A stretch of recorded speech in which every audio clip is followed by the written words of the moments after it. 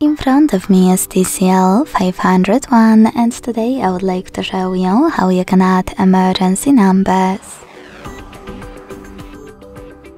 Begin by launching settings and scrolling all the way down to access safety and emergency. Then click on emergency contacts.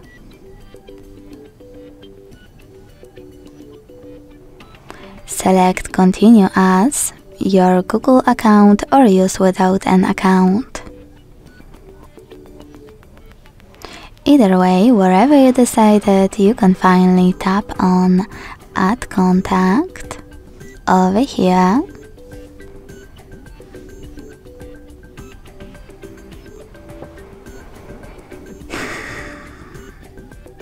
And click on the chosen one. Then do exactly the same with all the other ones you need. If you wish to remove one of your contacts, click on this X next to the one that you wish to get rid of and confirm your choice in the pop-up. When you finished, select Next at the bottom right corner. Then you can input all of those informations or simply go back. Thanks so much for watching. If you enjoyed this video, don't forget to leave a like, comment and subscribe. Bye!